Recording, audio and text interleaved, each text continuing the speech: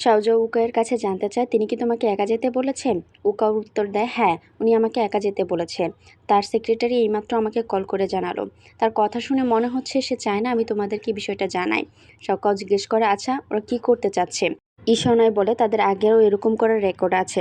2 বছর আগে তারা একটা মোবাইল গেম লঞ্চ করেছে। মনে রেখো এই বিষয়টা। হামি তখন বলে, হ্যাঁ, ওটার ইনকাম ছিল প্রায় মাসে 10 মিলিয়নেরও উপরে। এটা খুবই অসাধারণ ছিল। ঈশানায় বলে, হ্যাঁ, তুমি ঠিক বলেছ। ওই গেমটাও একটা ছোট কোম্পানি ডেভেলপ করেছিল, আর যেই টেকনোলজি চেয়েছিল তাদের সাথে এটার কপিরাইট কেনার জন্য, কিন্তু তারা তা করতে পারেনি। তাই তারা টিমের মেন মেম্বারের সাথে কথা বলে আর ঠিকই ওই রকম একটা মোবাইল গেম তৈরি করে আর সেটা তাদের আগে লঞ্চ করে দেয়।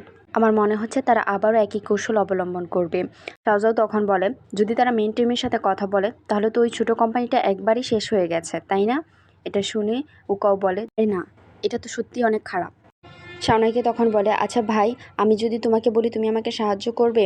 আমি বলে, যদি তুমি ভয় পাও তাহলে যেও না। উকা বলে, শোনো, আমরা হচ্ছি ভাই। টাকা, সুন্দর নারী, বাড়ি আর গাড়ি এগুলো আমাদের বন্ধুত্বকে কখনোই নষ্ট করতে পারবে না। আমি কি ঠিক বলেছি না? আর যদি তুমি তাদের সাথে লড়াই করতে না পারো তাহলে আমাকে বলো, আমি সেখানে যাব। হাউমি বলে, আরে না, আমি যাব, আমি খুব ভালো প্রোগ্রাম লিখতে পারি। উকাও, যদি তুমি আমাকে যেতে দাও তাহলে আমি আমার শেয়ারের 30% তোমাকে দিয়ে দেবো। শাওজাও উকাওকে জিজ্ঞেস করে, আচ্ছা উকাও, তুমি কি তাদের কাছে তোমার নাম্বার ছেড়ে এসেছিলে? উকাও বলে, না। আচ্ছা, তুমি ঠিক বলেছ, তারা তাহলে আমার নাম্বার কোথা থেকে পেলো, যেহেতু আমি সেখানে আমার নাম্বার রেখে আসিনি? শাওজাও তখন বলে, তারা তোমার নাম্বার নেওয়ার জন্য অনেক পরিশ্রম করেছে। আমার এটা ঠিক মনে হচ্ছে না। আমার মনে হচ্ছে তারা পূর্ব প্রস্তুতি নিয়েই এসেছে।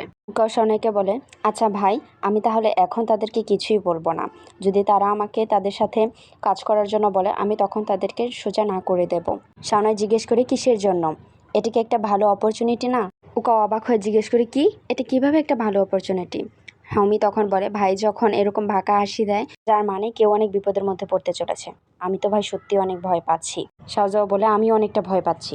হাউমি ভীতর কণ্ঠে বলে, আচ্ছা ভাই, তুমি তাদের সাথে কি করতে চলেছ? শাওনাই বলে, চলো আগে আমরা লাঞ্চ করে আসি। কি সবাই অনেকটা হতাশা হয়ে বলে, আরে না, তুমি কিছুই আমাদেরকে বলো না। হাউমি বলে, আমাকে 2 মিনিট সময় দাও, আমার ফোনটা মাত্র চার্জে বসিয়েছি। হাউমি তখন বলে, তোমার ফোন চার্জে থাকুক, চলো আমরা লাঞ্চ করে আসি। উকাও বলে, আমাকে 1 মিনিট সময় দাও, আমি চেঞ্জ হয়ে আসছি। শাওজাও বলে, আমরা লাঞ্চ করতে যাচ্ছি, তোমার এখানে চেঞ্জ করার কি প্রয়োজন? উকাও শাওজাওকে বলে, তুমি কি জানো, ভাই যেখানে যায় সেখানে মেয়েদের লাইন লেগে যায়। আমি চাই আমাকেও যেন একটু সুন্দর লাগে আর তারা যেন আমার পেছনে একটু সময় দেয়। মি আর শাওজাও তখন বলে, আমরাও তাহলে চেঞ্জ করে নিচ্ছি। তার পরের সিনে আমরা দেখতে পাই নায়ক ও তার বন্ধুরা খুব স্টাইলিশ একটা এন্ট্রি নেয়। তার ক্যাফেটেরিয়াতে প্রবেশ করার সাথে সাথে ক্যাফেটেরিয়ার সবাই অনেকটা সারপ্রাইজড হয়ে যায়। শাওনাই সেদিকে কোনো লক্ষ্য না দিয়েই ক্যাফেটেরিয়ার লাইনে গিয়ে দাঁড়িয়ে পড়ে। এই ক্যাফেটেরিয়ার পাশের লাইনে আমাদের নায়িকা লুভেবে ও তার বান্ধবী আরশি ছিল। আরশি পিছন ফিরে তাকিয়ে দেখে বলে, আরে মাস্টার শাওনাই, আমার তো বিশ্বাসই হচ্ছে না আমি ক্যাফেটেরিয়াতে মাস্টার শাওনাইকে দেখবো। মাস্টারের সাথে একই লাইনে দাঁড়ানোটা সত্যি একটা অসাধারণ। লুবেবে আরশিকে বলে, তুমি তার পাশের লাইনে দাঁড়িয়ে আছো, আমি একটা ডিসিশন নিয়েছি। আরশি বলে, কি? লুবেবে বলে, মাস্টার যে খাবারটা অর্ডার দেবে আমিও সেটাই অর্ডার দেব। আরশি বলে, এটা তো সত্যিই অসাধারণ। আরশি লুকিয়ে ঈশানের ছবি তুলছিল, ঈশানা সেটা দেখে ফেলে, তারপর তারা লজ্জা পেয়ে অন্যদিকে ফিরে যায়। আরশি আর লুবেবে ছবি তোলার ভান করে। আরশি লুবেবেকে বলে, এটা ততটাও সহজ হবে না, মাস্টার শাওনাই এখনও আমাদের পেছনে আছে আর আমাদের লাইনটা খুব দ্রুতই শেষ হয়ে যাচ্ছে। লুবেবে আরশিকে বলে, তুমি এটা নিয়ে এতটা চিন্তা করো না। তারপর তারা দুজনেই একসাথে খাবার নেওয়ার জন্য লাইনে পাশাপাশি হয়। শেফ জিজ্ঞেস করে, তোমরা কি নিতে চাও? তখন তাদেরকে বলে, এখানে একটি প্লেট আছে, যে কোনো একজনকে নিতে হবে, তোমাদের মধ্যে কি নেবে? শাওনাই তখন বলে, ঠিক আছে, আমাকে দিতে হবে না, আমাকে চিকেন দিন আর তাকেই এই মাংসটা দিয়ে দিন। লুবেবে তখন বলে, আমারও এই মাংসটা চাই না। এটা শুনে পিছন থেকে হাউমি এসে বলে, ওরা কেউ না নিলে আমাকে একটু বেশি করে দিয়ে দিন। তার কথা শুনে শেফ একটা মুচকি হাসি দিয়ে তার প্লেটে ওই মাংসের টুকরোগুলো বেশি করে দিয়ে দেয়। এটা দেখে হাউমি বলে, আপনাকে অসংখ্য ধন্যবাদ। শাওনাই আর তার বন্ধুরা একই টেবিলে বসে খাবার শেষ করছিল। হাউমি খাবার খেতে বসে সবাইকে জিজ্ঞেস করে, আচ্ছা, আজকে এই নতুন শেফটা এখানে কেন? আগের সেই মহিলা শেফটা কোথায় গেল? দেখো, এই শেফটা আমাকে অনেকগুলো মাংস দিয়েছে, আমার প্লেটটা পুরোটাই ভরে গেছে। ওকা তখন হতাশা নিয়ে বলে, আমি সত্যি অনেক চিন্তিত, আমার প্লেটে কেন একটাও মাংসের টুকরা আসেনি? শাওজাও বলে, সত্যি বলছো, আমার প্লেটেও একটা মাংসের টুকরা আসেনি। হাউমি তখন তাদেরকে বলে, তোমরা কিভাবে বুঝবে? এটাকেই বলে ক্লাস ডিফারেন্স, তোমাদের আর আমার লেভেল সত্যি এক না। উকাও তাচ্ছিল্যের হাসি হেসে বলে, তোমার এই বাচ্চামো ফেস দেখেই ওনার একটু দয়া এসে গেছে, তাই তোমাকে বেশি করে মিট দিয়ে দিয়েছে।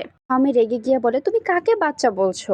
চলো বাসায় গিয়ে আমরা কম্পিটিশন করব, দেখবো কে জিতে। উকাও মুখ বাঁকিয়ে বলে, ঠিক আছে, দেখা যাবে। হাউমি বলে, আচ্ছা আমরা এই ক্যাফেটেরিয়াতে আগে কখনো আসিনি, এটা আমাদের ডরমিটরি থেকে অনেকটাই দূরে। আচ্ছা বড় ভাই, কি হচ্ছে আমাদের একটু বলবে? আজ আমরা এখানে কেন লাঞ্চ করার জন্য এসেছি? শাওনাই উত্তর দেয়, আমি শুধু এমনিতেই এটা চুজ করে নিয়েছি। তখন উকাও বলে, আমার এই ক্যাফেটেরিয়াটা অনেক পছন্দ হয়েছে, আজ থেকে আমি এই ক্যাফেটেরিয়ার প্রেমে পড়ে গেছি, এখন থেকে আমরা নিয়মিত এখানে এসে খাবার খাবো, কেমন? কিছুটা দূরের একটা টেবিলে আরশি আর লুবে লাঞ্চ করছিল। আরশি বলে, কৌতূহলবশত আমাদের দুজনের জুসটা একই। লুবেবে তখন বলে, আচ্ছা আমার এরকম গিল্টি কেন ফিল হচ্ছে?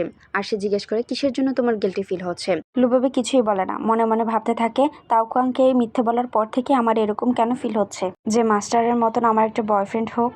লুবেবে কিছু না বলাতে আরশি জিজ্ঞেস করে, কি হয়েছে আমাকে বলো, তুমি কিসের জন্য গিল্টি ফিল করছো? লুবেবে আরশিকে বলে, তোমার খাবারটা তাড়াতাড়ি শেষ করো, আমাদেরকে তারপর পড়তে যেতে হবে, আর আমাকে আজ রাতে একটা ম্যাচের জন্য সাইন আপ করতে হবে, আজ আমাকে খুব দ্রুত ডর্মে ফিরে যেতে হবে, তাড়াতাড়ি তোমার লাঞ্চটা শেষ করে নাও। এটা শুনে আরশি কিছুটা মুখ গম্ভীর করে নেয়, তারপর তারা একসাথে লাঞ্চ করে। এদিকে হাউমি তাদেরকে বলে, তোমরা খাবার চালিয়ে যাও, আর আমি একটু রেস্টরুম থেকে আসছি। শাওনাই নিজের মনে খাবার খাচ্ছিল, আর অন্যদিকে লুবেবে ও আরশি তাকে দেখছিল। লুবেবে আরশিকে দেখালে, খাবার খাও, ওর দিকে তাকিয়ে থাকা এখন বন্ধ করো। পরের সিনে আমরা দেখতে পাই লুবেবে কম্পিউটারের গেম খেলার জন্য সাইন আপ করছিল। সে বলছিল, যদি এটা 1 মাস চলে তারপরেও আমার সময় থাকবে ইংলিশ এক্সাম রিভিউ করার জন্য। তারপর একজনকে SMS করে বলে, আমার কাছে এই শিডিউলটা পারফেক্ট, তোমার কাছে কি মনে হয়? ওপাশ থেকে শাওনাই রিপ্লাই করে, হ্যাঁ আমার কাছেও ঠিক মনে হয়েছে, আমাকে গেম শুরু হওয়ার একদিন আগে জানিয়ে রেখো। লুবেবে রিপ্লাই করে, ঠিক আছে আমি তোমাকে জানিয়ে দেব, এখন থেকে আমি তোমার প্ল্যানার হব, আছে? উকাও এসে শাওনাইকে বলে, আচ্ছা ভাই, খুব দ্রুতই গেম শুরু হতে যাচ্ছে, সার্ভার পুরোটাই ভর্তি দক্ষ প্লেয়ার দিয়ে, আমাদেরকে তোমার সাথে প্র্যাকটিস করতে দাও। শাওজাও বলে, হ্যাঁ ভাই, তুমি এর সাথে প্র্যাকটিস করো, আর আমাদেরকে এমনভাবে ট্রিট করো যেন আমার অপোনেন্ট। এভাবে প্র্যাকটিস করার ফলে আমরা ম্যাচটা খুব সহজেই জিতে যাব, আর বাকি সকল কাপলদের সাথেও ভালোভাবে লড়াই। শাওনাই তখন জিজ্ঞেস করে, তোমাদের কাপল হতে হলে কে মেয়ে ছেলে হবে? তারা দুজনেই তখন লাফিয়ে বলে, আমি ছেলে হব। তারপর তারা দুজনেই কে বেশি শক্তিশালী সেটা নিয়ে লড়াই করতে শুরু করে দেয়।